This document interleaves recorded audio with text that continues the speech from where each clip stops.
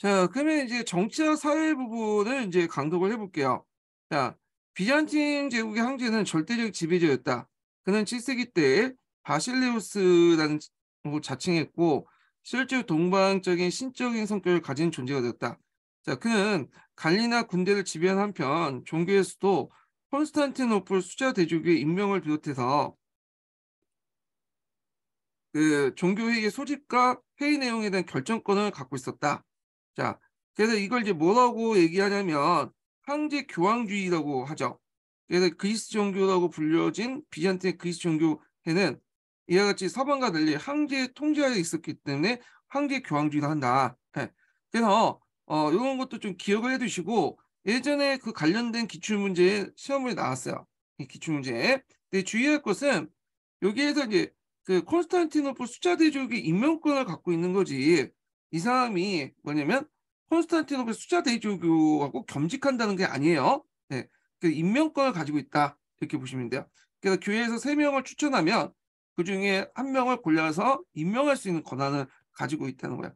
그래서 이런 내용도 보시면 되고 그 당시에 이제 그 서유럽 같은 경우에는 이런 황제의 권력하고 교황의 권력이 이원적으로 분리돼 있었죠. 근데 이에 반해서 동로마 같은 경우에는 이런 쪽으로 이렇게 결합돼 있었다. 예. 그래서 종교 일치적인 어떤 성격을 보이고 있다라고 보시면 될 것 같아요. 자, 그 다음에 이제 황제가 거처하는 궁전은 일반인들과 경계된 성역이었으며 국가기구 중에 중심이었다.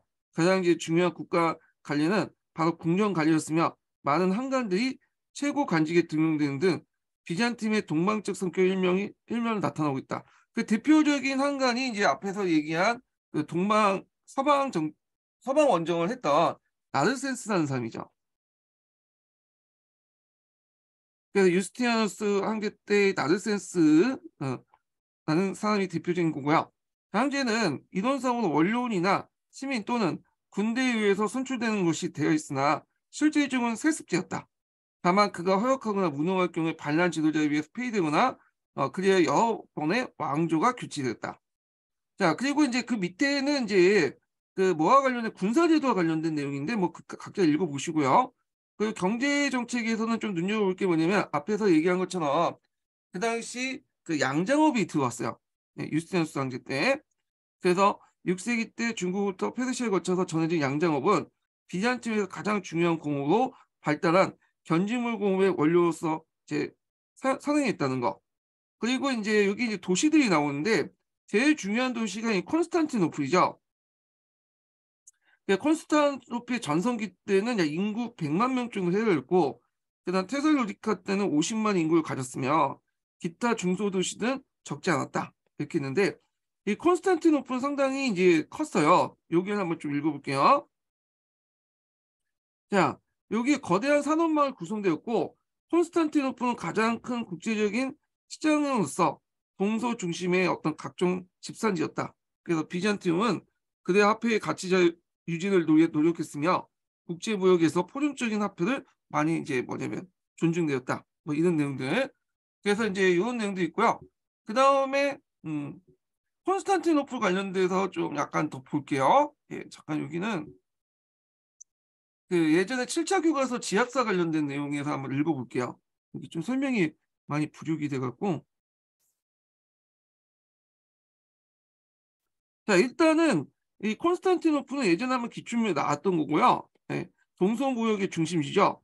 그리고 여기 천의 요새예요. 그래서 이게 3면이 이렇게 바다로 둘러싸여 있고, 그리고 이제 여기에서 이제 반도에서 이제 끝부분에 이렇게 있는데 여기 테오도시우스 성벽이 있어요. 여기 테오도시우스 성벽. 그래서 이 테오도시우스 성벽을 그 뭐냐면 넘질 못해. 네, 여기를. 그래서 오스만 투르크하고 한때 라틴 제국 세울 때니 베네치아 군인들이 여기 넘긴 했는데 대부분 여기에서 가로막혀서 돌아갔어요. 그래서 동로마 제국이 서로마 제국보다 좀 더 오랫동안 1000년 동안 지속될 수 있었던 것은 이 수도가 천의 요새지였다. 이런 것도 이제 것도 들 수가 있겠죠. 자, 그래서 이제 이런 것도 있고요. 한번 읽어볼게요. 이 콘스탄티노플은 비잔틴 제국의 수도로서 약 1000년간 비잔틴 문화의 꽃을 피웠던 곳이다. 원래 비잔틴이라 불리는 그리스의 식민 도시였으나 콘스탄티누스 황제가 수도를 이곳으로 옮기면서 콘스탄티노플이라는 명칭이 생겼는데, 콘스탄티노플은 아시아와 유럽 대륙을 갈아놓은 보스포러스 해협 입구에 위치했기 때문에 두 대륙을 잇는 지리적 요충지 역할을 했다. 자, 이에 따라 콘스탄티노플에서는 세계 각지의 상인들이 모여들었으며 인구가 한때 50만에 이를 정도로 유럽 최대 도시였다. 콘스탄티노플은 천연의 요새로서 손색이 없었다. 삼면이 바다로 둘러싸여 있으며 서쪽에는 테오도시 황제 때 쌓은 삼중의 견고한 성벽이 있어 테오도시우스 성벽이라고 하는 곳이죠. 바다 성벽이 있어 난공불란을 자랑하고 있었다. 자, 오스만 제국이 비잔티움 제국이 오스만 제국 비잔티움 제국을 멸망시킨 후 이 도시는 이스탄불이라는 이름으로 새로운 이름을 지닌 채 기독교 문명과 이슬람 문명이 공존하는 이색적인 도시로 변모했다. 가까운 거리에서 서로 마주보고 있는 성소피아 성당과 이 블루 모스크 나중에 이제 오스만 투르크 때 만들어진 모스크인데, 이 이스탄불 가보면 이 블루 모스크가 제일 커요. 모스크 중에. 자, 이를 상징적으로 보여주고 있다. 자, 성소피아 성당은 유스테누스 황제의 명령으로 5년 만에 완공되었는데, 건물의 화려함과 웅장함에 흥분한 황제가 솔로몬이여, 솔로몬이 아니지, 솔로몬이지. 솔로몬이여, 나는 그대를 능가했노라라고 말했다. 요거 말 자체가 예전에 한번 시험 문제 나왔던 거죠. 이게 성소피아 성당이 압도한 오스만 제국의 술탄은 이보다 더 훌륭한 건물을 더 지으라고 명령을 내렸고, 이를 계기로 해서 지어진 건축물이 술탄 아흐메드 선언인데, 이 술탄 아흐메드 선언이 그 예전에 시험문이 나왔어요. 성소피아 성당의 아름다움을 따르지 못했다, 이렇게 건데, 자, 하여튼 요거 관련된 내용 한번 읽어봤고요. 자, 그 다음에 이제 비잔티움 제국의 문화 부분을 보죠. 자, 비잔티움 문화의 특징은 뭐냐면 그리스 헬레니즘 문화의 성격을 갖고 있다는 거예요.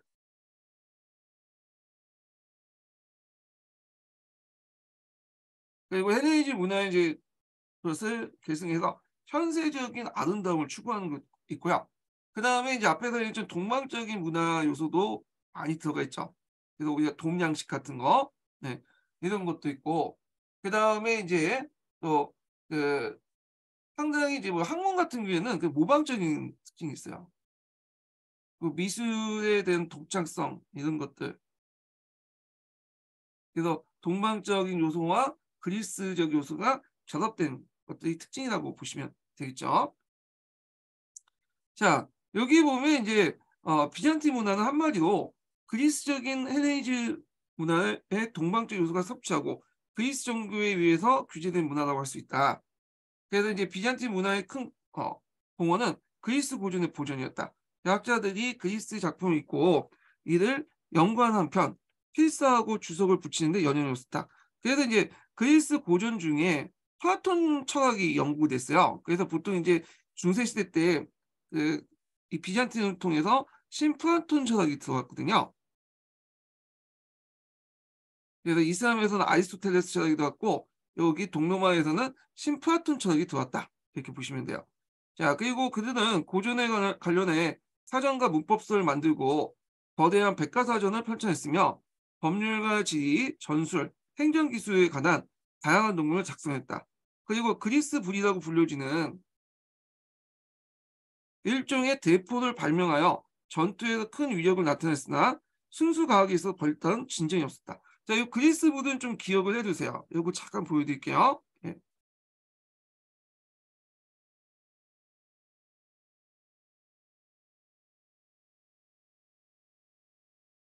자, 이 그리스 불이 이거거든요. 그래서 이제 바다도 건너오면 여기 이제 그리스 불을 쏴. 그러면 이제 그 불에 붙잖아요. 근데 이거 물을 끄면 더 하얄 그 뭐냐면 불타 없어지거든요. 다 불을 이렇게 쏘는데 물을 끄면 오히려 이게 더 불타요. 예. 그래서 지금의 백리탄이라고 이제 보고 있는데 이게 이제 상당히 비잔틴 제국 시기 때 해군에 사용했던 상당히 유용한 무기였어. 이걸 통해서 많은 이제 바다로부터 들어온 적들을 격파했거든요. 그리스 불 좀 기억을 해주시고요. 그래서 이제 그리스 불을 관련된 내용은 제가 이제 거기 심화 교재에 여기에다 적어놨는데 좀 보시면 비잔틴군은 그리스불이라는 일종의 하약을 사용하여 방어에 성공했다. 이 하약은 이슬람 세계를 통해서 알게 된 것으로 석유를 중성분으로 하여 초석, 유황, 송진 등을 혼합시킨 액체로서 뱃머리에 액체를 분산할 수 있는 간이 있어 여기에 불을 붙이면 하약을 쏟는다. 그래서 이제 7세기 중요한 비잔틴 제국이 이슬람군을 물리친 것은 유럽 역사상 가장 중요한 전투 중 하나였다.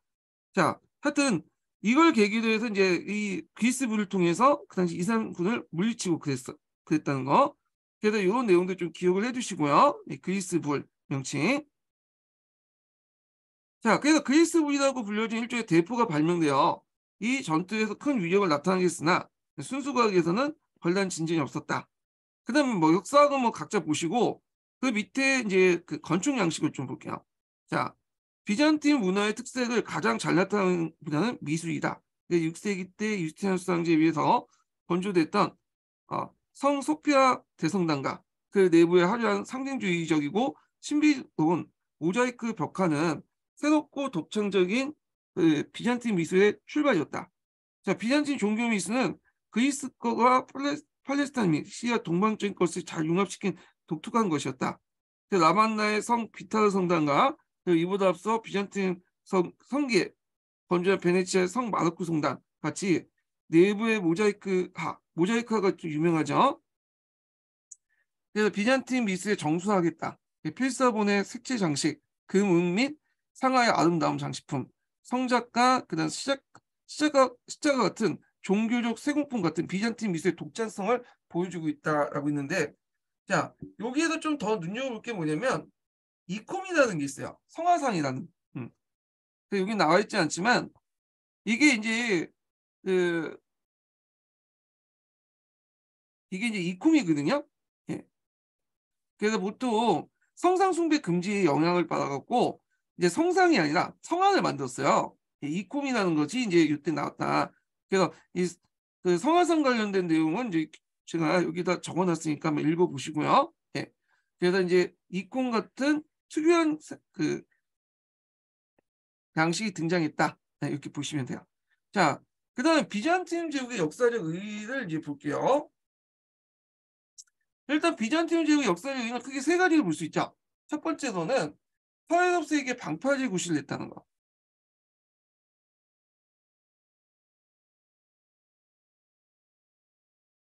두 번째는 후에 이제 서유럽에 영향을 줬는데 르네상스에 영향을 주죠. 그래서 그리스 고전을 보존 연구하고 그래서 비잔틴 제국의 멸망후 많은 고전학자가 이탈리아에 이주를 하게 돼요. 예. 심플라톤 철학에 또 영향을 주고요. 그 다음에 세 번째로는 동유럽에 영향을 줘요. 그래서 동유럽 슬라브족들에게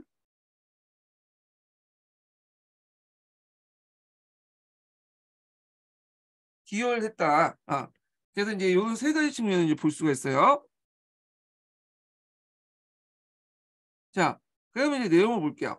자, 프랑스 역사가는 비잔틴 제국을 저제국이라 불렸다. 그것은 비잔틴이 그 전신인 로마 제국에 비해서 모든 면에서 뒤떨어졌다는 뜻이다. 확실히 지중해 세계를 지배했던 전성기인 로마에 비해 비잔틴은 낮게 평가할 수밖에 없다. 그러나 비잔틴 제국이나 그 문화를 이러한 시각에 평가한다는 역사적으로 정당한 방법은 아니다.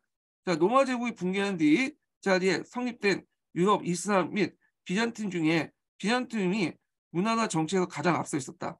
중세 유럽에서 문화다운 문화의 꽃이 다시 피운 것은 12세기 이며 이슬람이 곧 비잔틴 뒤들려 헬레니즘 문화를 흡수하면서 언어 분야에서 비잔틴을 능가하는 문화를 발전시키게 되었지만 적어도 6, 7세기에서 비잔틴 다음 문화는 가장 유일한 존재였다. 자, 이러한 선진적인 비잔틴 문화는 그리스의 어떤 로마의 고전 문화나 유럽 및 이슬람 문화와 다른 독자적인 문화를 발전시켰고 또한 주변 세계에 영향을 미쳤다. 자, 이슬람 세계도 초기에는 비잔틴으로부터 많은 걸 배웠으며 중세 유럽도 비잔틴의 영향을 받았다. 자, 그래도 르네상스 때 그리스 고전이 부활한 데는 비잔틴 학자들의 공이 매우 컸다. 자, 한편 비잔틴 문화와 그리스 종교는 발칸반도와 러시아를 포함한 동유럽 슬라브족들에게 대해서 카톨릭과 게르만족에 대한 비슷한 역할을 수행했다. 그러니까 슬라브족의 영향을 줬다. 슬라브. 예. 특히 이제 동슬라브족, 남슬라브족에 영향을 줬죠. 오늘 러시아. 예. 그래서 이제 이들 국가는 그리스 정교를 믿잖아요. 그것도 다 이제 뭐냐면 요거와 관련돼 있는 거야. 예. 그래서 즉 그들에게 문명과 그리스도교를 전달함으로써 독자적인 문화 형성의 기반을 마련했다. 후에 투르크족이 유럽에 진출했을 때 발칸반도 여러 민족들이 해체되지 않고 다시 부활될 수 있었던 것은 이 그리스 종교를 의존한 바 컸고, 그다음에 러시아 같은 경우 아예 비잔틴 제국의 후계자 자체였고 모스크바를 제3의 노마로 불렸다. 제1의 노마는 원래 이탈리아인 노마이고요. 그다음에 제2의 문화 같은 경우에는 어, 콘스탄티노플이죠. 제3의 노마는 저희 뭐냐면 모스크바죠. 모스크바. 그리고 모스크바 대공부터 로마프 왕조까지 이 왕조 깃발을 보면 독수리 문장이 있어요. 독수리. 왕조 깃발에 독수리가 들어가는데 이 독수리는 뭘 상징하냐면 로마를 상징하거든. 예. 그래서 이런 것들 있고, 그다음에 이제 보통 러시아 황제를 짜르라고 하죠. 짜르. 짜르도 시저가 이제 러시아어로 말하는 게 짜르거든요. 예, 이런 것도 다 로마를 계승했다는 걸 보여주고 있는 그 대표적인 것들이죠.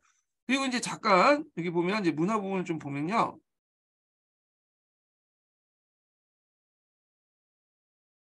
이 비잔틴 문화가 슬라브족들에게 영향을 줬는데 그 내용을 교과서에 찾아봤어요, 제가. 자, 비잔틴 문화는 슬라브족들에게 전해져 러시아와 동유럽 문화의 발전에 큰 영향을 줬다. 그러니까 유럽의 동북부에 살던 슬라브족들은 비잔틴 제국 내에 들어와서 살면서 비잔틴 제국 문화에 동화되었다. 자, 이들은 키렌 문자를 사용했는데 이 키렌 문자는 여기 보면 이제 그 비잔틴 제국 출신이었던 키루스 형제가 그리스어를 바탕으로 만든 슬라브 알파벳인데 이건 이제 성교를 목적으로 만든 거예요. 오늘날 세르비아, 불가리아, 러시아 등에 사용했던 문자의 원형이 됐죠. 키 문자가.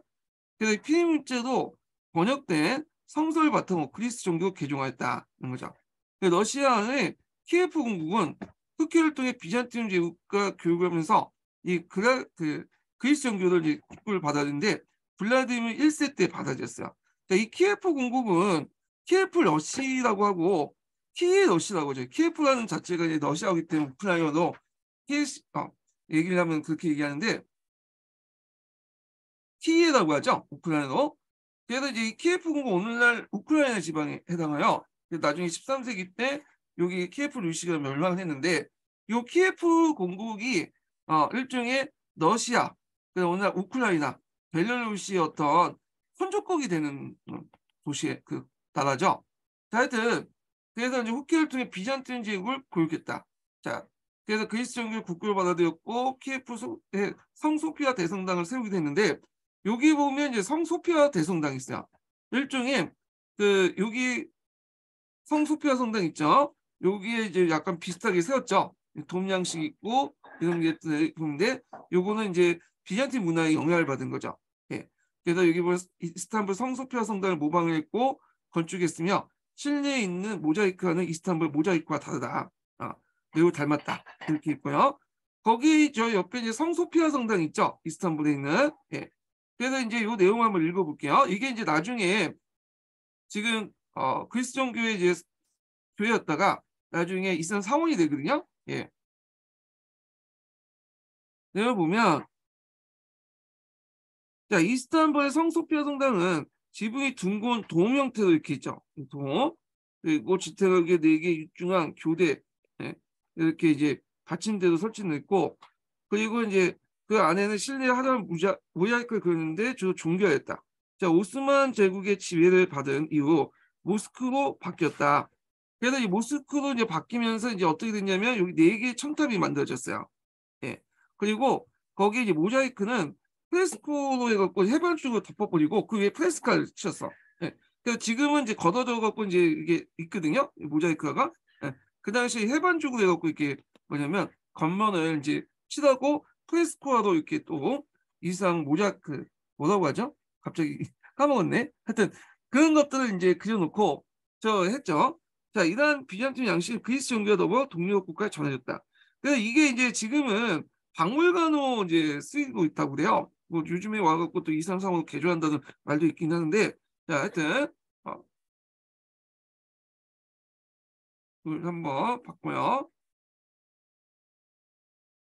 자, 그 다음에 이제 관련된, 아, 서강자 관련된 내용을 좀 읽어볼게요. 서강제 관련된 내용을. 몇 페이지냐면요. 그 93페이지 펴보세요. 서강자.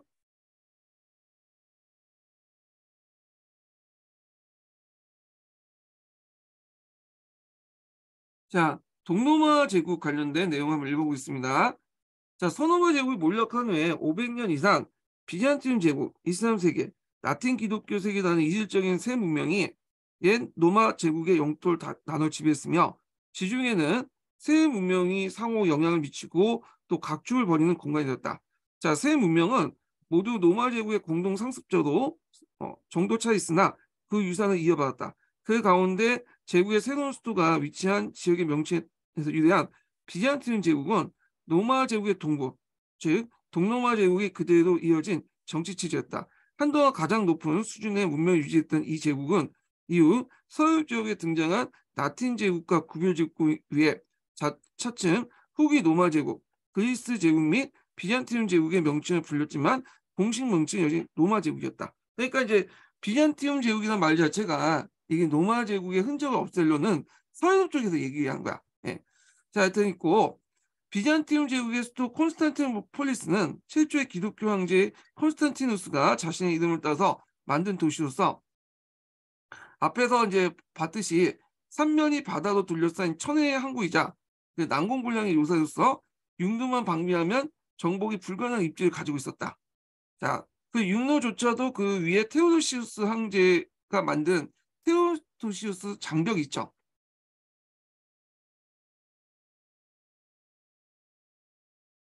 자, 게다가 흑해나 지중해, 유럽과 아시아 이어주기에 상업의 중심지로 덩할 나이가 없는 요지였다. 자, 그 다음에 콘스탄티누스가 330년 이 도시를 제국의 수도로 삼은 이래 콘스탄티노플 폴리스가 불렸지만 고대부터 그 지역에 지명했던 비잔티움 이름도 함께 사용됐다. 자, 게르만족은 제국의 동부에 향후 지속적으로 종속한 왕국을 건설하지 않았기에 비잔틴 제국은 게르만의 습격이나 대이동의 후유증을 극복한 후 차츰 안정을 되찾았다. 그렇지만 서노마 제국의 마지막 황제 누무스 아우구스투스가 오도아크에 폐위됐다는 소식을 듣고 제논과 그 계승자들은 콘스탄티노플 폴리스를 방어하기 위해서 급급할 뿐 서노마 지역에 다시 차지하기 위한 아무런 행동을 취하지 않았다. 이탈리아 북부의 동고토 왕국의 건산 테오도라에게 기약하기 어려운 선의의 기대할 뿐이다. 그렇죠. 그래서 그때 동고토 왕국하고 한때 이제 그 비잔틴 제국하고 협력 관계가 있었다고 했죠. 예, 그런 것도 연산시켜서 이제 보시면 되고요. 근데 이때 이제 다시 차리려는 움직임이 이제 보일 게 이제 유스티니아누스 황제야. 서방 정책이라고 보이는 정책을 통해서 이제 예전에 소노마 지역을 다시 차지려고 했죠.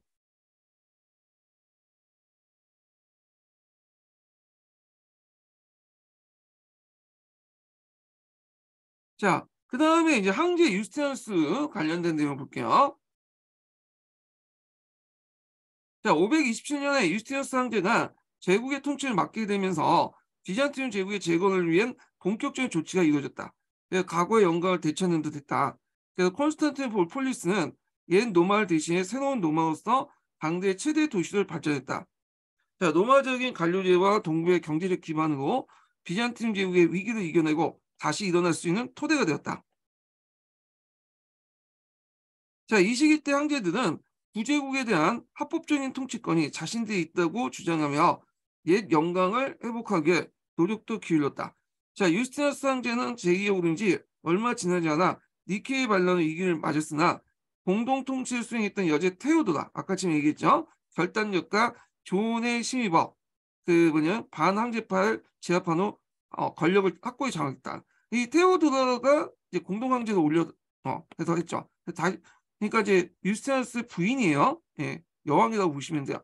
요 사람이 좀 출신이 별로 안 좋아. 이 사람이.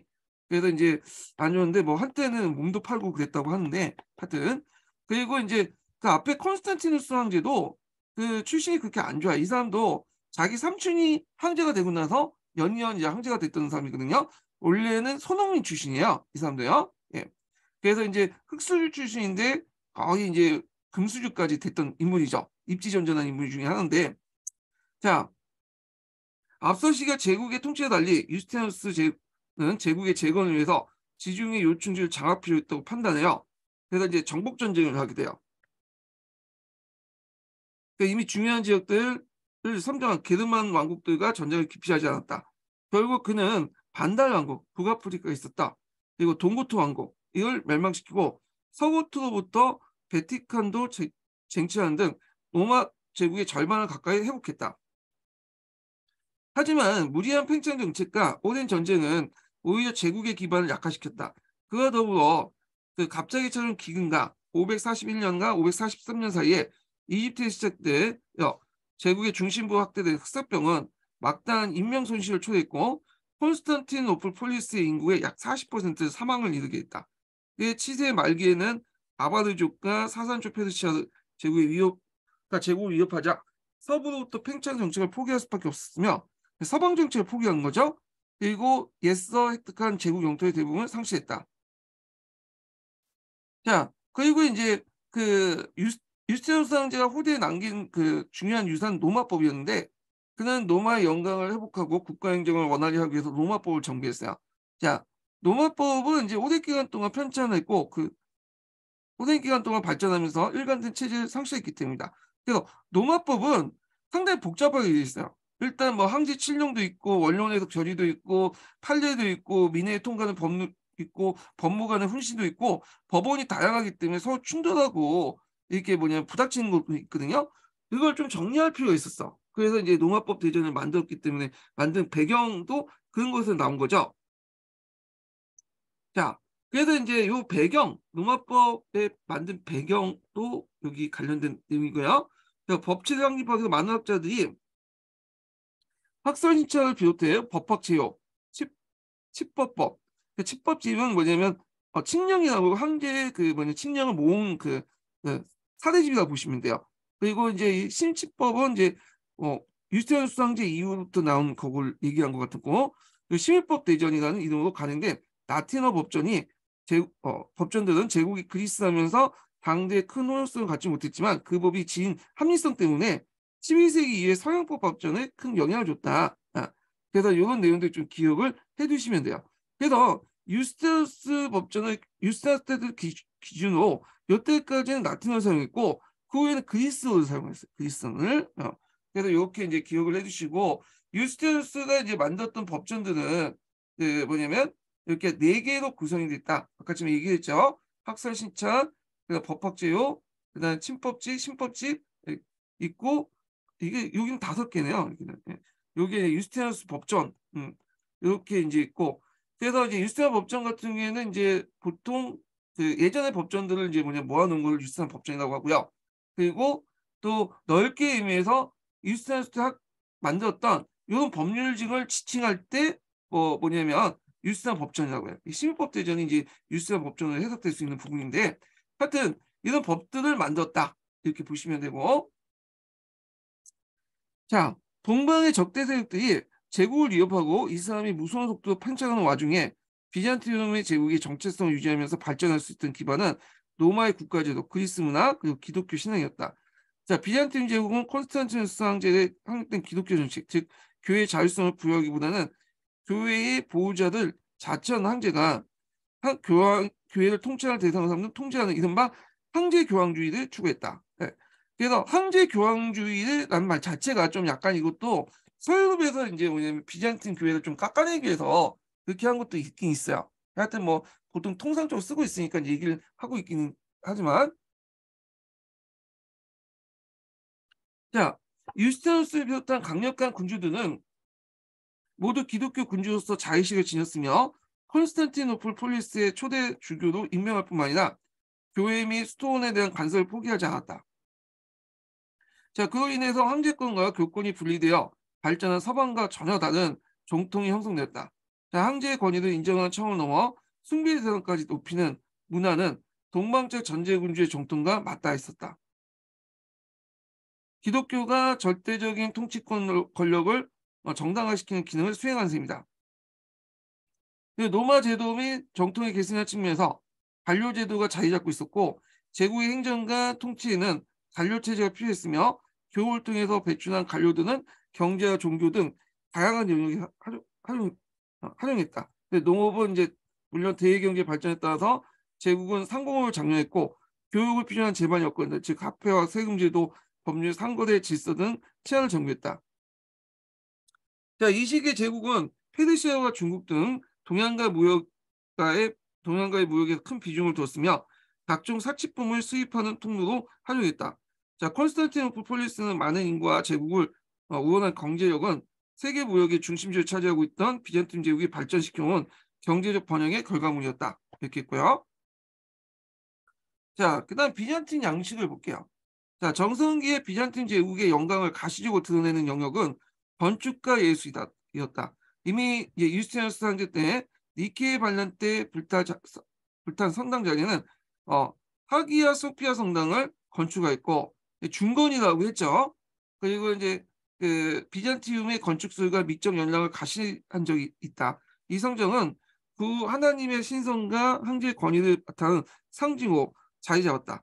9세기, 10세기 사이에 꽃피운 전성기의 비잔틴 건축은 서유럽에서 노마네스크 양식의 색상이 디자인에 반영되었고 슬라브 지역에서 지중해 여러 지역으로 확산되었다. 심지어 이슬람의 모스크에도 비잔틴 영향을 볼 수 있다. 그래서 키예프를 비롯한 슬라브 문화의 대표적인 장소의 전성기에 비잔티움의 건축 양식이 모방한 건축, 특히 성전들이 지금까지 서 있었다. 예. 그래서 이제 이 모스크 양식하고 이 비잔틴 양식 상당히 많이 겹치는 부분이 있어요. 돔 양식 같은 것도 있죠. 예, 이런 것들. 자, 그래서 이 비잔티움의 문화와 종교가 주변 문화에 커다란 영향을 미쳤음을 보여준 상징들이다. 이렇게 있고요. 자, 그래서 이제 이렇게 해서 비잔틴 역사를 한번 살펴봤고요.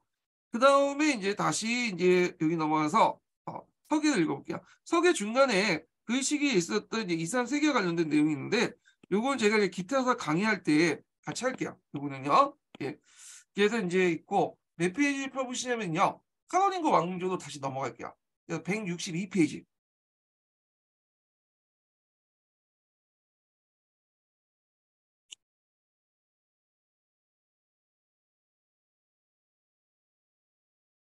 자, 여기 이제 샤르마누와 노르만의 이제 활동 내용에서 카로린거 왕조의 성립 과정을 볼게요.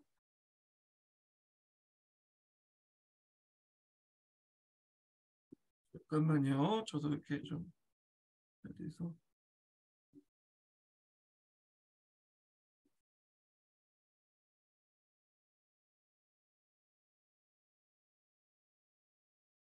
자, 다른 게르만족과 달리 갈리아를 건국했던 프랑코 왕국은 클로비스 때 카톨릭을 개종하고 세력을 팽창시키면서 순조롭게 발전했다. 그러나 이제 왕족 내부의 이제 끊임없는 음모와 내부는 왕권을 약화시키고 실권이 궁제로 넘어가죠. 궁제. 그리고 이제 8세기 이후 왕권의 교체가 거의 시간 문제가 지나지 않았다. 트루프아티의 전투에서 이슬람 침입을 격파한 찰스 마르테는 그 파르테의 아들 피피는 그 유명 무신한 메르빙거 왕을 추방하고 대신 왕위에 오를 걸 결심했다. 자, 그래서 이때 피핀이 이제 그의 이러한 결의를 실천을 옮기는데 매우 유리한 여건이 조성되고 있었다. 자, 그 하나가 이제 성상숭배 금지령인데 성상숭배 금지령은 시험 문제 자주 나왔죠. 두 문제 나왔어. 전에 요건 좀 이따 좀 살펴보고 여기에서는 요거와 이제 카르니그 왕조하고 이제 관련돼서만 얘기할게요. 메르베우스 왕조, 메르베우스 왕조 에서 카로lin거 왕조죠. 아니, 카로lin거 왕조인데 카로lin거 왕조와 관련돼서만 얘기할게요. 자, 성상숭배 금지령은 동서교회 분열이었다.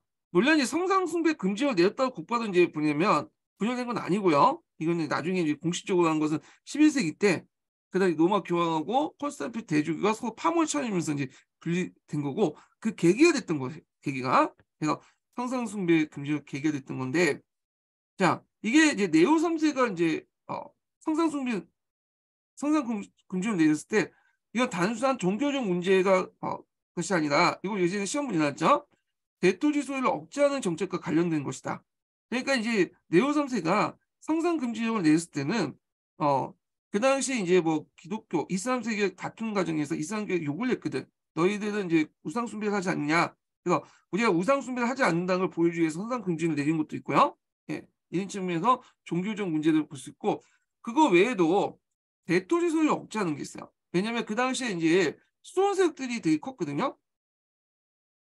그래서 동로마 교회 같은 경우에는 그리스도교는 수도원세력들이 되게 커. 이 수도원들이 대토지 소유를 뭐냐면 하고 있었어요. 그래서 이제 재정이 상당히 이것 때문에 궁핍해졌는데 이 수도원들이 성상 숭배를 하고 있었어요.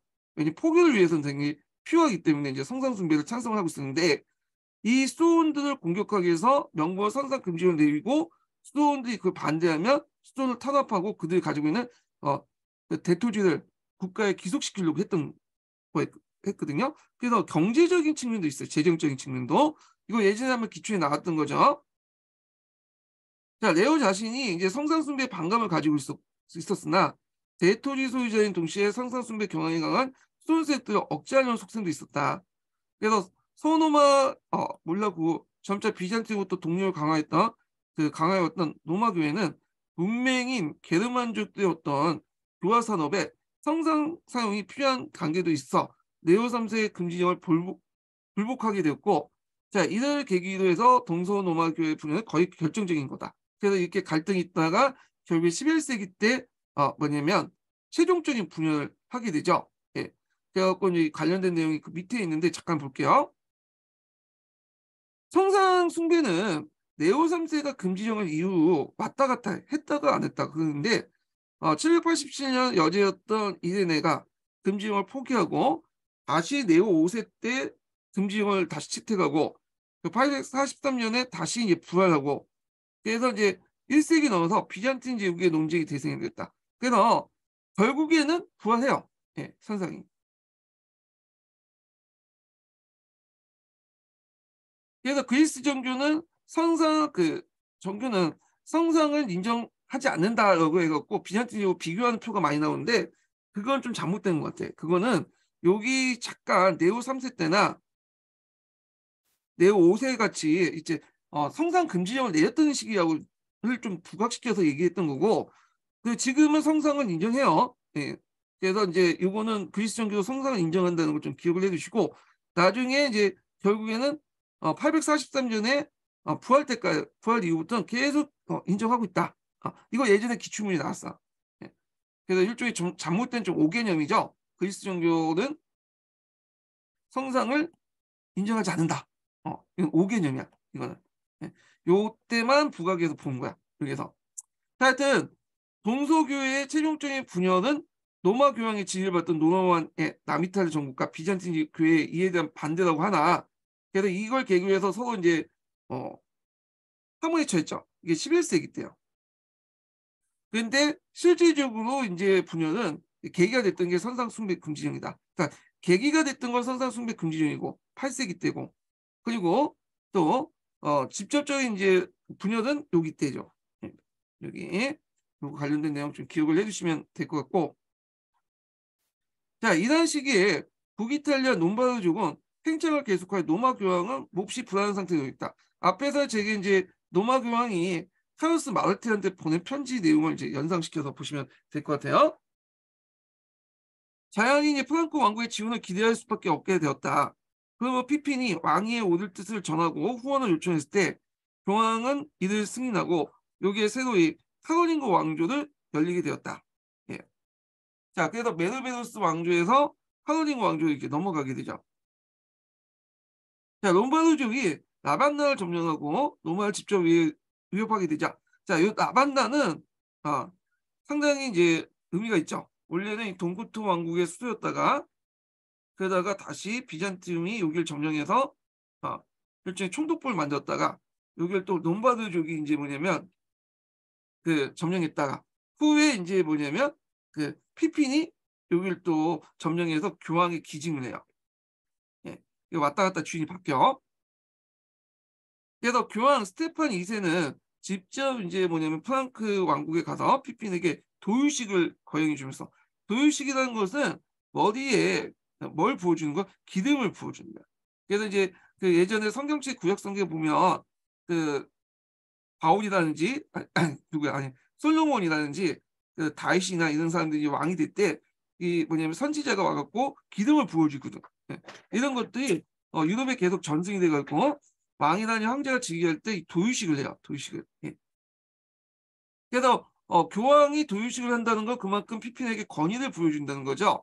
그러니까 피핀이 왕이 되고 싶어도 이 사람이 이제 자기가 직접 왕이 될 경우에 주변의 정적부터 공격을 받잖아요. 근데 피핀이 교황과 손을 잡고 교황이 도유식을 보여주면서 권위를 인정받게 되는 거야. 그만큼 정적들의 어떤 이제 그 피핀을 공격할 수 있는 명분을 제거해 주는 거죠. 예. 그러니까 그의 왕자를 더욱 확고하게 만들었다. 피피는 그에 대한 보답으로 이탈리아 원정을 해서 롬바르족을 격파하고요. 이 롬바르족을 완전히 이제 뭐냐면 정복한 거는 그의 아들 때죠. 예, 칼 대제 때고 여기는 일부 이제 지역을 롬바르족 격파하고 일부 지역을 라반날포만 중부 이탈리아 영토를 교황에게 기증을 했다. 그래서 이것이 이제 최초의 교황령이 된 거죠. 교황령이. 그리고 이제 르네상스 때 위작 때 밝혀진 유명 콘스탄트 기증장이 이 무렵에 이제 뭐냐면 작성할 것이라 생각한다. 콘스탄트 기증장은 뭐냐면 이게 교회가 만든 위조 증서예요. 그래서 나중에 르네상스 때 이게 잘못됐다고 이제 위조라고 이제 밝혀냈는데 이건 콘스탄티누스 황제가 그 당시 로마 교황에게 로마 제국의 서쪽 땅을 가난할 수 있는 권한을 줬다 그런 거야. 그렇기 때문에 이 권한을 받은 이제 그 교황이 그 당시 왕도 임명할 수 있고요. 그리고 황제도 임명할 수 있는 거죠. 그래서 나중에 소노마 황제가 임명할 때 이런 것도 이 콘스탄트 기신장의 어떤 근거를 가지고 얘기를 한 건데 이거는 조작된 걸로 보고 있어요. 위작이라고. 그때 이제 작성할 때가 이때였다. 이렇게 기억을 해주시면 될 것 같아요. 그래서 콘스탄트 기준점 관련된 내용은 시험 문제는 안 나왔지만 교과서에는 있거든요. 그래서 가끔씩 읽으면 교과서에 그런 내용이 있더라고요. 그래서 요거 이제 보시면 되는데 이거 찾아서 좀 보세요. 예. 자, 클로비스의 개정으로 카톨릭 교회와 프랑코 왕국 사이 유대가 성립되었으나 이제 카톨릭 왕조의 성립을 계기로 교황과 프랑코 왕국의 왕권 더욱 밀접하게 결합됐고, 자, 이는 왕자에 의해서 이제 유럽 세계의 새로운 형성이라는 유럽 발전사의 주된 흐름이 있다. 그래서 교권을 대변하는 카톨릭 교회와 교황이죠. 프랑코 왕국 나중에 황제가 되는 거예요. 정치 지배자. 그래서 교황을 지배하는 세계와 그다음에 영적 세계와 세속지 지배, 황제가 지배하는 세속이 이렇게 이원화된 권력 형태가 조금씩 나타나기 시작한 거야. 이게. 자, 그다음에 이제 샤르마노 보죠. 샤르마노. 야, 이 샤르마노는 그 시험 문제에 자주 나와. 그래서 이게 이제 이 샤르마노 때가 이제 이게 그 프랑스 역사뿐만 아니라 프랑스 역사기도 하고 독일 역사기도 하고 이탈리아 역사기도 하고 그거든요. 예. 그렇기 때문에 상당히 이제 그 나라마다 좀 달리 부르긴 해요. 샤르마노, 카를 대제, 카로스 대제 이렇게 부르는데 다 똑같은 말이야. 다 똑같은. 예. 그래서 이제 이 샤르마노 자체가 유럽 통합의 어떤 상징적 인물로 부각이 됐어요. 그래서 1950년대부터 이제 유럽 통합의 상징적 인물에게 준 상이 있어. 유럽 통합에 기여한 역사적 인물에게. 이 샤르마누도 이제 선정되었고 받았죠. 그래서 샤르마누 전까지는 프랑스, 독일, 이탈리아 등등의 역사책이 동일해. 그러다가 샤르마누 이후부터 이제 나라가 분열되잖아요. 그때부터 이제 자기 나라 역사가 달라지기 시작한 거죠. 공통된 역사와 공통된 인물 같은 것이 샤르마누자 이렇게 좀 기억을 해두시면 될 것 같아요. 그래서 이 샤르마누 정책, 카를 대제 정책은 시험 문제 많이 나오거든요. 그래서 좀 기억을 꼼꼼히 해둘 필요가 있어.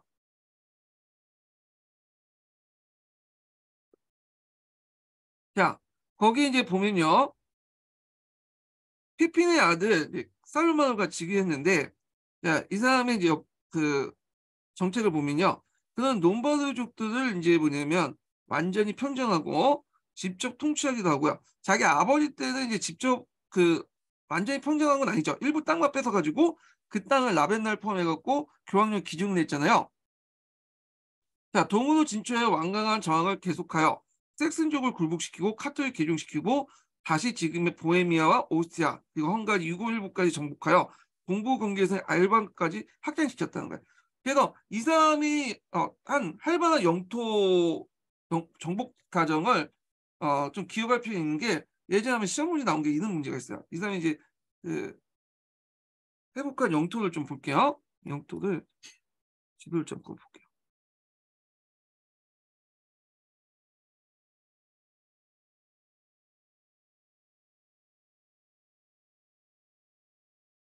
지도가 여기 없네. 제가 지도를 여기다 해놨는데 제가 체크를 안 했네 여기다. 자, 하여튼 요 그 사람 영토 부분을 좀 기억을 할 필요 있는데 여기에 좀 눈여겨볼 게 이제 이 사람이 이탈리아 영토를 이제 장악하는 과정에서 요 북부 이탈리아 쪽은 장악을 했는데 남부까지는 장악하지 못했거든요. 예, 요거 좀 기억을 해주세요. 남부. 그래서 남부는 베네디트 공화국이라고 해서 있어. 베네디트 왕국 공국이라고. 하여튼 여기까지 북부까지 장악했다. 이게 예전에 한번 시험에 나왔어요. 예. 자, 그래서 이제 활발한 정복 전쟁이었는데 이 시험만은 정복 전쟁을 하면서 동시에 포교도 같이 했어요. 그래서 새로운 교구도 설치하고 그리고 거기에 이제 뭐냐면 그 교회도 만들고 그 이유는 뭐냐면 아까쯤에 행정 조직하고 정비하고 연결됐다고 했죠. 그 당시 이제 글자를 아는 사람들이 되게 성직자이기 때문에 그런데 자, 그 내용을 보면 샤르마르는 이러한 정복 전쟁에서 성직자를 동반하여 피정복민의 민심을 수수한 편 새로운 교구를 설치하고 아빠 이 교구 설치는 행정구역하고 연결됐고 이런 것들. 자, 국경 근처에 변경주를 설치하여 경계였다. 그래서 이제 이 변경주 관련된 내용 중에 이제 보면 예, 카타르 지역에 변경주가 있어.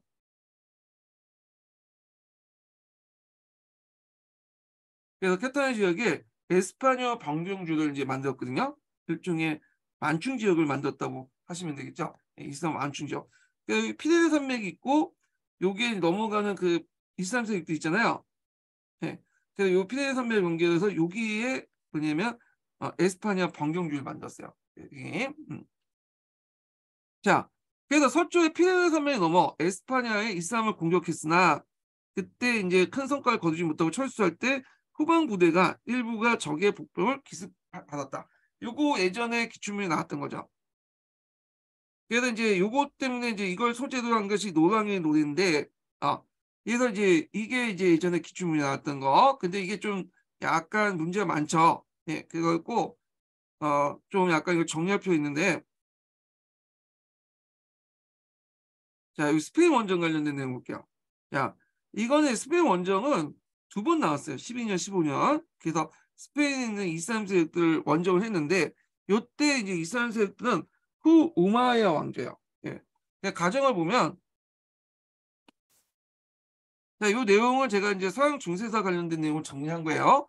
네, 이슬람 북부 거점 도시였던 팜플레나와 사라고사를 공격하다가 후방에 이제 섹슨족이 북방을 공격했기 때문에 점령하지 못하고 급히 철수를 했거든요. 그래서 후퇴하는 도중에 피레네 산맥이 넘다가 바스크족의 이제 기습을 공격받고 후방 부대에 진입한 로랑이 정상이에요. 롱수부 전투라고 하는데 이 바스크족은 이슬람을 믿고 있는 사람이 아니죠. 그 기독교를 믿고 있는 사막 민족들이에요. 그래서 지금도 이제 이 사람들 보면 스페인에서 분리 독립 운동을 하잖아요. 그러니까 같은 기독교인들 공격받고 이제 전사를 한 거야. 예. 그래서 이 전투가 롱수부 전투고요. 그리고 결과는 아까처 얘기한 카톨리아 지역의 지방에 에스파냐 변경주를 설치하고 자 이걸 소재로 해가지고 12세기 때 십자군 전쟁 과정에서 노랑의 노래는 역사적 소재를 이용해요. 왜냐하면 십자군 전쟁이 주 타겟이 뭐예요? 이슬람 세력이잖아. 그러다 보니까 예전에 역사를 찾아보니까 이슬람 원정이 있거든. 그 저기 카르디지의 원정이 있잖아요. 그걸 가지고 이제 소재를 만들어서 좀 이제 십자군 전쟁의 뭐 어떤 배경, 분위기 이런 걸 만들려고 했던 거죠. 자, 하여튼 이 로랑의 노래를 이제 이때 가서 이제 만들었고 이때 이제 왜곡이 일어나. 이게 이제 뭐냐면 현재적 목적이 있다. 그 당시 이제 십자군 전쟁 과정에서 십자군 전쟁의 정당화를 하기 위해서 만들었기 때문에 일종의 역사 왜곡이 있었는데 그것을 보면 샤르마는 나이가 120살로 그려졌고요. 요거는 고대 시대 때 역사 속에서 자주 보이죠. 나이가 많으면 많을수록 좀 약간 위대해 보이는 것 같아요. 그때 당 사람들은 단순한 영토 정복 사업을 성전으로 모색했고 기독교인 바스크족을 이슬람으로 둔갑시켜 로랑을 이슬람군에 의해서 공격받아 죽었다는 식으로 역사 왜곡이 나왔다 이렇게 보시면 될 것 같아요. 그래서 이 서기에서는 명확하게 기록되어 있지 않지만 서쪽의 피를 넘어 에스파냐의 이슬람을 공격을 했으나 큰 성과를 거두지 못하고 철수할 때 후방 부대가 일부 적의 복병을 기습받았다. 근데 요게 적은 누구냐는 거예요. 적은.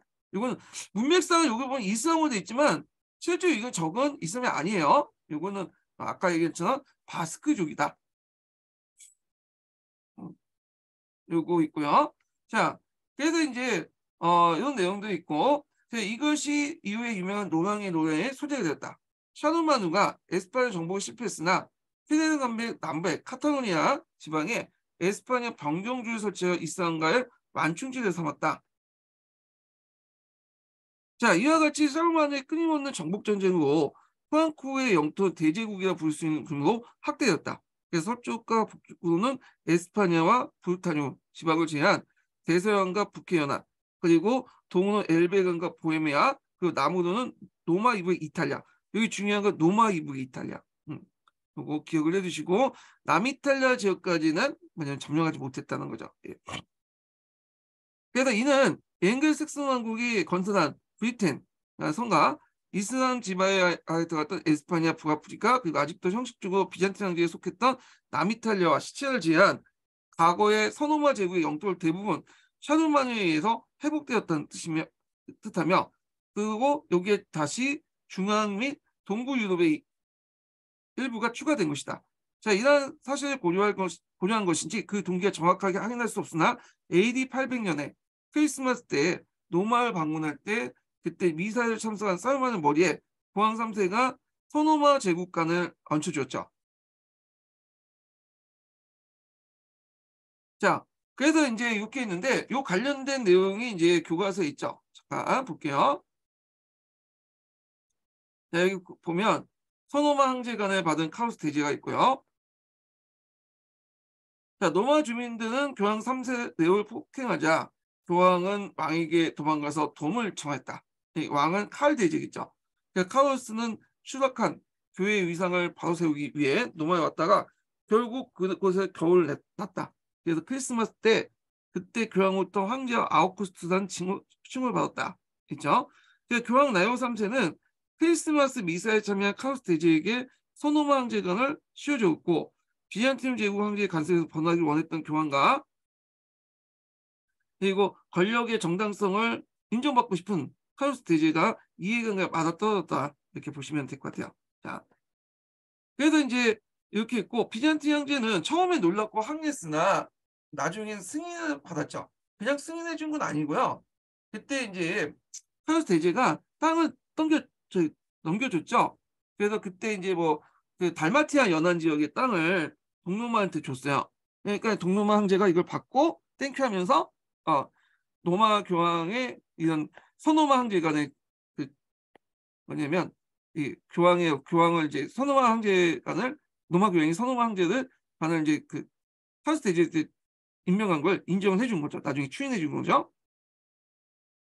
자, 그래서 비잔틴 황제는 처음에 놀랍고 항의했으나 이를 정식으로 승인했다. 이 달마티아 그 해안 땅에 받고 나서 그 당시 그 행동을 승인해 줬다는 거죠. 자, 이제 일개 야만족 출신의 왕이 빛나는 선호마 황제가 됐고 또한 그것이 로마 교황에서 행해졌다. 자, 이는 민족운동 이후 유럽의 혼란이 안정되고 그리스도교 교회를 매개한 로마 게르만족 중세 유럽의 새로운 질서가 수립된 걸 뜻한다. 예.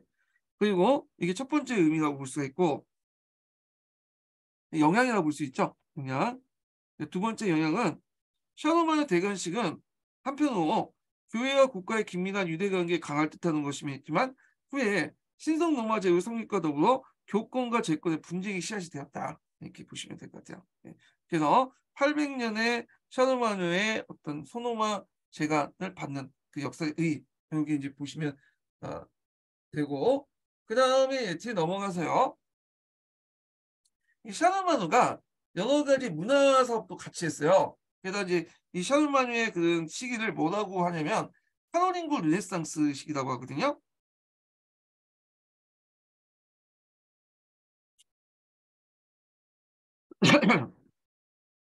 그래서 자신은 이제 뭐냐면 문맹이었지만 여러 학문적 지원을 통해서 그 뭐냐면 이렇게 카로링 르네상스를 맡게 했는데 자, 그럼 왜 이렇게 이제 카로링 르네상스 학문 보훈 운동을 주도했냐? 그게 뭐냐면 일단은 이제 영토를 많이 확장했잖아요. 그리고 효율적인 행정 운영을 위해서는 뭔가 이제 좀 교육이 필요했던 거야. 문화 부흥도 필요했던 거고. 그래서 이런 카르로스 르네상스는 학문 부흥 운동을 이 사르마니아가 주도를 하게 되죠. 예. 자, 그러면 내용을 보면 먼저 이제 통치 부분을 하고 이제 문화 부분 넘어갈게요. 여기 통치는 있으니까. 자, 샤르만은 새로운 정복지에 주교구를 설치한 한편 그 전국에 약 300개 주를 나누고 주백 또는 변경이라고 불토어 치안, 사법, 군사를 관장하게 됐다. 자, 그래서 나름대로 중앙 집권 체제를 뭐냐면 좀 강화시키려고 했죠. 정부의 여러 주를 나눠서 관리를 파견하고 변경백이라든지 감찰관을 파견해서 지방을 관리 감독을 했는데, 자, 그래서 이것 통해서 왕의 지배력을 강화시키려고 했지만 좀 불완전했어요. 완벽하지는 못했어요. 예. 그리고 나중에 이제 이렇게 변경백이니 감찰관이나 이런 사람들은 나중에 이제 카오르스 대제가 이제 죽은 후에 사후에 지방의 토착세력으로 딱 굳어지게 되죠. 이 사람들은 또. 자, 그러나 민족운동 이후에 사회적 정치적 혼란은 지방분권적 견항을 조작시켜 주백도 상당한 독립성을 유지했지만 그 외 주교나 지방의 유력한 귀족들도 상당한 권력을 보유하고 있었다. 자, 이들을 중앙으로 통제하는 것은 왕의 명령과 왕이 파견한 그 순찰사 정도였다. 순찰사는 속인 귀족과 고위 성직자 2명 구성됐고 주백을 통제할 권한이 있었으나 그것은 사르마 같은 강력한 중앙에 있을 경우에 한정됐고 실제로 그 이후부터는 그냥 따로 넣었다. 이렇게 보시면 돼요. 자, 그 다음에 이제 두 번째 단락이 이제 카로lin고 르네상스 관련된 내용인데, 요 내용이 시험 문제 좀 나왔죠. 요 부분이. 자, 샤노마노는 영토 확장만 아니라 그동안 거의 불이 꺼지다시피 한 문해의 부흥도 노력했다. 그래서 섹슨족 출신의 알키난을 비롯하여 이 알키난 인물 좀 기억을 해주세요. 많은 학자들 각지에서 아크시 라샤펠을 부르는 궁중학교를 개설했고요. 그리고 고전어, 라틴어, 문법, 논리학을 가르치기도 했다. 자, 이런 문화 부흥 정책에 따라서 수도원에서 고전 필사를 비롯한 고전 연구가 활발해졌다. 자, 이러한 일련의 운집을 가리켜 카로lin고 르네상스라고 부르는 학자도 있다. 확실히 민족 이동 이후에 문화가 전반적으로 황폐하고 침체된 데 비한다면 사르마누 시대의 문화의 등불이 다시 반짝인 것이 뜻깊은 일이다. 그리고 이 시기에 부활한 수도원에서는 고전 연구나 필사가 필사하고 중세 문화가 발전하고 꽃필 밑그림이 되었다. 그러나 우리가 일반적으로 이해하고 있는 이탈리아 르네상스에 비한다면 매우 미약한 것이다. 당시 민중의 대다수가 문맹이었고 심지어는 그걸 추진했던 카를 대제 또한 문맹이었죠. 네, 문명이 야만적 상태에 머물고 있었으며 학자의 수요도 극히 제한된 소수에 지나지 않았고 독창적이고 창조적인 문화운동에 전개된 것이 아니었다. 그리고 카로lin고 르네상스는 그동안 땅에 떨어지고 암흑에 가까웠던 상태의 미약하나마 한 줄기 문화의 빛이 소생됐다고 이해하는 게 타당할 것이다. 이렇게 있죠. 자, 여기 아까 이제 보면 여기는 안 나왔지만 예전에 기출문제에 나온 게 있어요. 이 사람이 라틴어 문헌을 많이 소집을 했고 라틴 문화가 이제 많이 부흥했다는 거. 네. 그래서 이때 라틴어가 국제어가 됐어. 라틴어는 그 당시 사용했던 언어는 아니에요. 이탈리아어하고 라틴어는 다른 거 아시죠? 이 라틴어는 고대 로마 시대 때, 그 로마 제국 시대 라틴어 지역에서 사용했던 언어야. 그래서 지금은 사어야, 사어. 중세 시대 또 사용하지 않았던 언어인데 고전 문헌은 거의 대부분 라틴어로 이제 적혀 있기 때문에 라틴어가 부활이 됐고요. 그래서 그 당시 국지어는 영어 같은 비슷한 것이 라틴어였다 이렇게 보시면 돼요. 죽었던 언어를 다시 살려냈죠. 그리고 두 번째로는 소문자를 제정했죠. 소문자를 제정했다. 그래서 이 소문자가 이제 카로lin고 시대의 소문자라고 카로lin고 소문자라고 하는데 오늘날 이제 그 필기체의 어떤 기원이 되는 거 여기 나와 있죠. 소문자. 오늘날 소문자 필기체의 기원이 되는 것이 카로lin고 소문자예요. 요게. 그래서 이제 요게 그 전에 메로vin기 시대 때 소문자가 있었긴 했어요. 근데 이게 둔탁하고 좀 쓰기가 불편했던 것을 간략하게 이렇게 곤쳤었어. 요것도 같이 기억을 해주세요. 요거 예전에 시험 문제 나왔던 거거든요. 예, 요 부분 요것도 있고. 자, 그 다음에 이제 다시 돌아서 서강자 관련된 내용을 좀 볼게요. 자, 서강자에 뭐가 나왔냐면 이제 관련된 내용을 좀 보면 자, 101페이지에서 103페이지, 101페이지부터 볼게요. 예.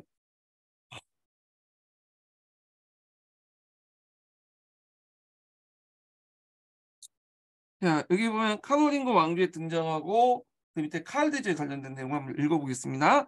자, 읽기 전에 두 번째 인증번 알려드릴게요. 두 번째 인증번은 90번입니다. 예, 두 번째 인증번 90번이에요.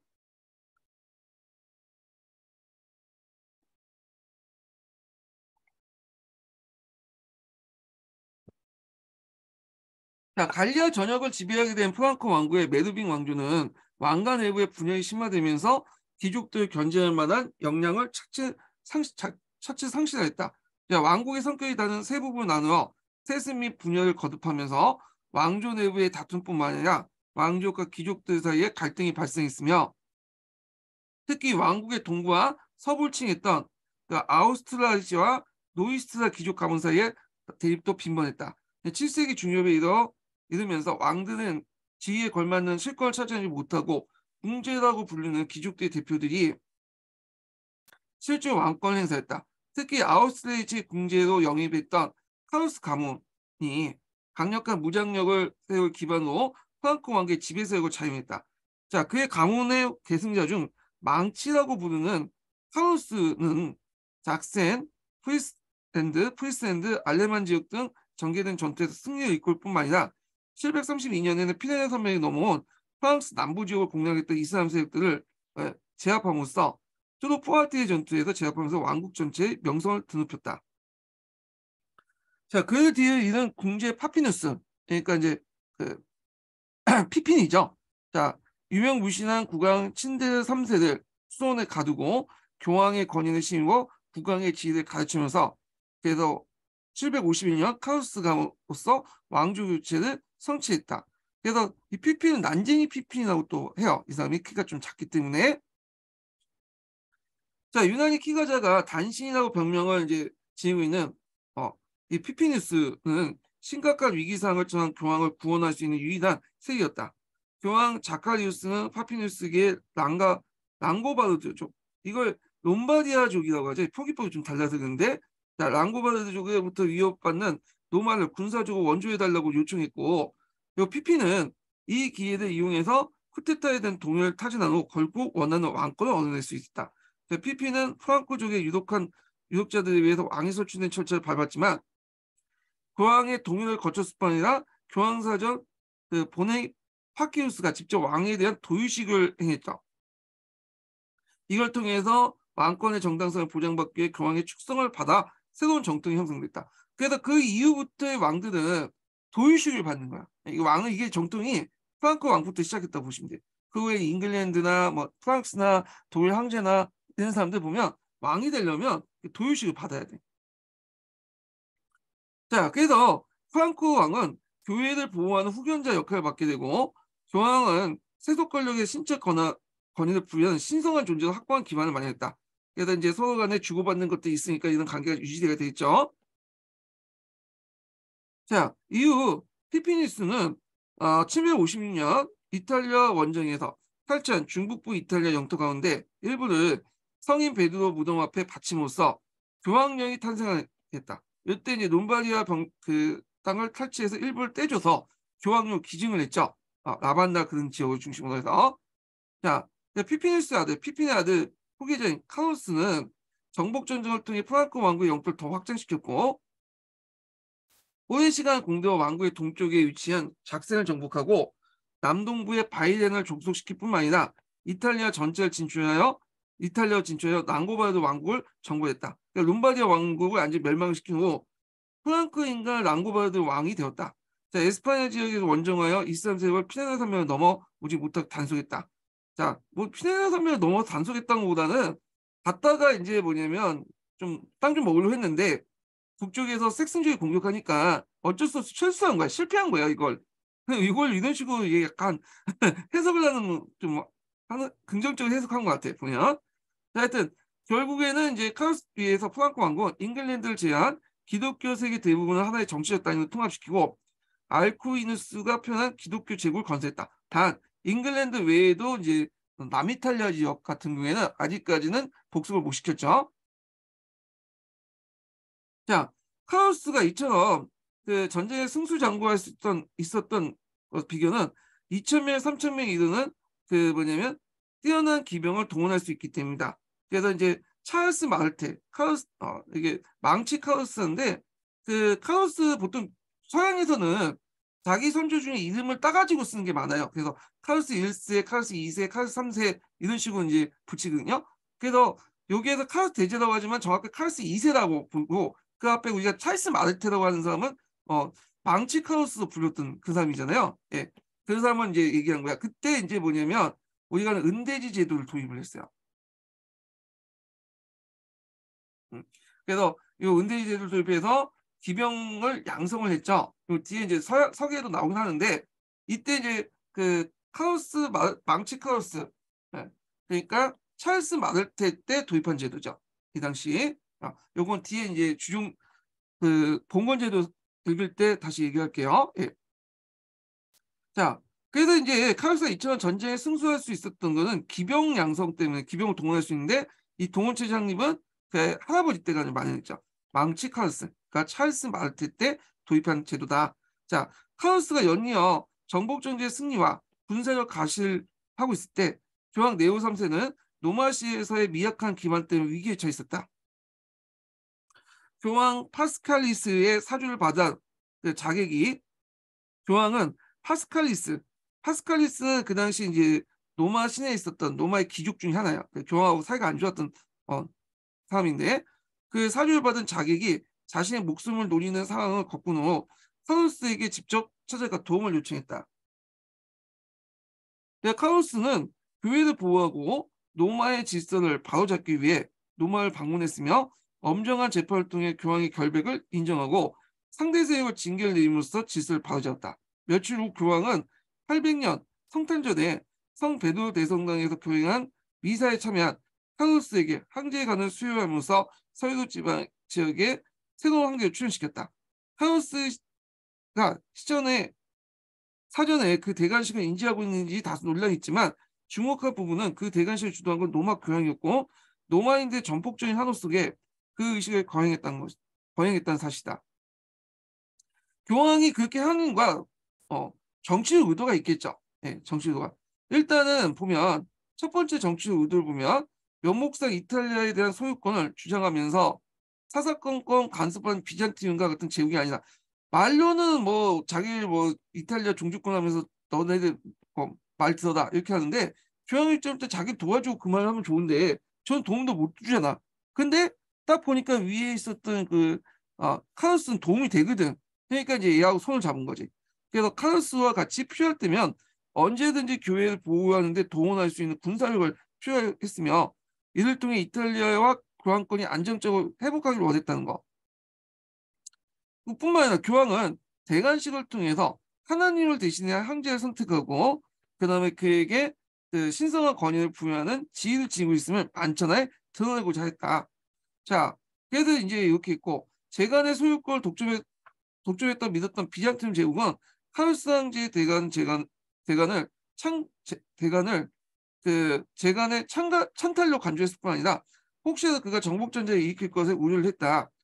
그런데 이제 비잔티움은 국사적 충돌과 장기간 형성을 거치고 나서 비로소 812년에 카오스 황제의 위를 인정하면서 카오스 제국은 그 대가로 베네치아 달마치아를 양보받고 노마인의 황제의 칭호를 사용하지 않겠다고 약속했다. 네.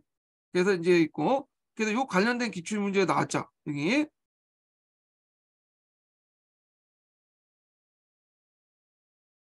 그래서 있고 요게 좀 눈여겨보니까 항제라는 칭호를 사용할 수 있어도 노마인의 항제는 칭하지 않는다 이런 내용이야. 예. 그래서 여기까지는 이제 뭐냐면 노마까지는 좀 성이 넘으니까 항제 칭호는 사용할 수 있는데 너는 노마라는 거는 쓰지 마라 뭐 이런 말 같아요. 예. 자, 그래서 이제 이렇게 해서 한번 봤고, 그 밑에 제국의 통치 관련된 내용 볼게요. 여기. 자, 파우스는 서유럽 지역의 대부분을 아우르는 거대한 제국을 형성하기까지 타고난 능력을 발휘했다.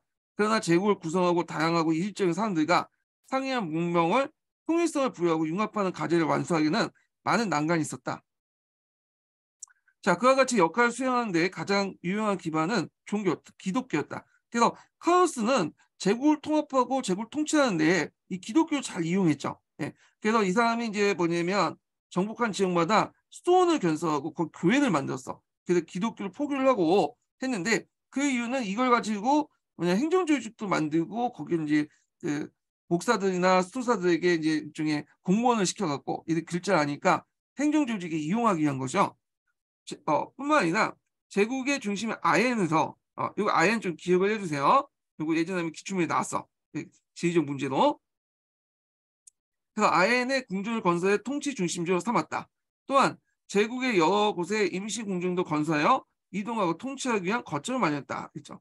그래서 이 아엔은 후에 이제 신성 로마 제국 때 황제의 도유식이 일어났던 곳이에요. 이게 좀 역사적 그 장소죠.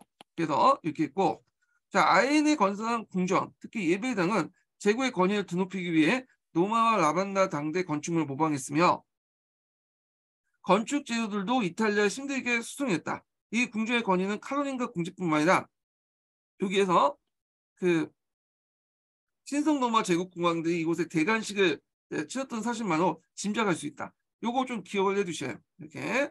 요거 예전에 한번 객관식 기출문제 때 한번 언급됐던 부분이야. 아엔이. 자, 궁중 예배단은 제국의 가장 중요한 성물을 보존하고 있으며 그 제국의 상서 업무도 관장했다. 네. 그래서 이제 여러 가지 일반적인 업무도 관장했다는 거죠. 그래서 성직자들만이 종교 기능과 더불어 문서업무를 관장할 수 있게 앞에서 성직자만이 문자를 알고 있었어요. 그래서 이들 공무원처럼 활용했다고 했죠. 그래서 이게 국왕 주변의 고위성직자는 그와 같은 역할을 담당하면서 왕국 및 국왕의 정책의 활동에 깊이 자문할 수 있었다. 그 6세기와 8세기 사이에 고전 문명에 대한 기억이 희미해졌지만 보에티우스, 이시도스 같은 베다 같은 등 고대 지식과 문화를 중세에 전달한 좀 지식인들이 개별적으로 활동하고 있었다. 이렇게 있는데 여기에 이시도스라는 사람 인물을 좀 기억을 해주세요. 이 사람이 나중에 이제 여러 문헌들을 편찬해가지고 이시도스 문집을 하나 만들었어요. 그 이시도스 문집 안에 그 앞에서 언급한 콘스탄트 기진장이 있어. 예. 그래서 이제 있는데 제가 예전에 콘스탄트 기진장 관련된 모의고사 문제 낼 때 이거 이시도스 문서 아니냐 하신 분들인데 이거는 그거하고 비교해 볼 수 있는데 여유당 전서 안에 목민신서가 있잖아요. 근데 목민신서를 물어보는데 여유당 전서를 쓰면 맞겠어요, 틀리겠어요? 당연히 틀리죠.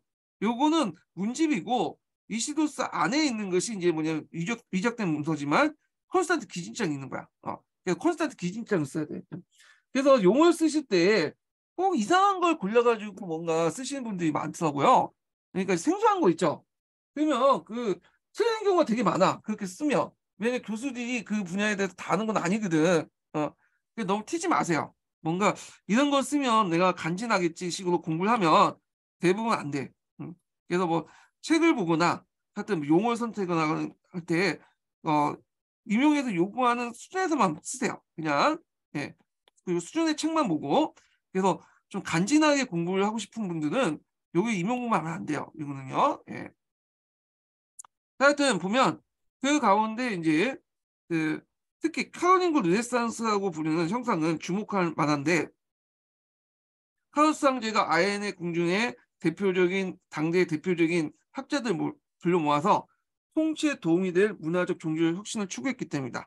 자, 카로스는 문화적인 활동을 관심이 많았는데 781년에 이탈리아 원정을 전후로 당대 최고의 지식인들과 접촉할 기회를 갖게 됐으며 그들을 자신의 궁중에 데리고 와 궁중학교에 활동할 수 있도록 했다. 그래서 성직자의 교육 수준을 향상시키고 기독교 선교를 위해서 고대의 교육 정통과 그 다음에 그 문헌을 재발굴하고 축적한 것이 급하다고 판단하는 듯하다. 자, 요코 출신의 이제 알쿠리누스가 중심이 된 궁중의 지식인들은 정확하고 통일성 있는 텍스트를 보고 복과를 노력했고 그 과정에서 카노닝 소문 자체를 표준적인 글자체로 고안했다. 요거 기억을 해주세요. 기출 관련된 내용이죠. 자, 그다음 라틴어 문법도 정비되면서 중세 라틴어가 확립되었다. 실용적인 측면이 중시되었지만 실자유학은 종교활동과 학문의 기초가 이뤘다. 전반적 이런 활동들은 제도교의 발전과 성직자 양성이란 좁은 위의 목표에 초점을 맞췄지만 결국에는 카로스 제국의 문화적 혁신을 기여하는 결과를 가져왔다. 그래서 궁중학교는 후에 이 궁중학교 모습 있죠. 예, 성당 및 수도원학교의 모델이 되었다. 또 카로링그 시대의 수도원에서는 본격화된 필사 작업과 서적 제작으로 인해서 상당수 고대 저작들이 소실되지 않고 대체 9세기 필사본 형태로 오늘날까지 전해지고 있다.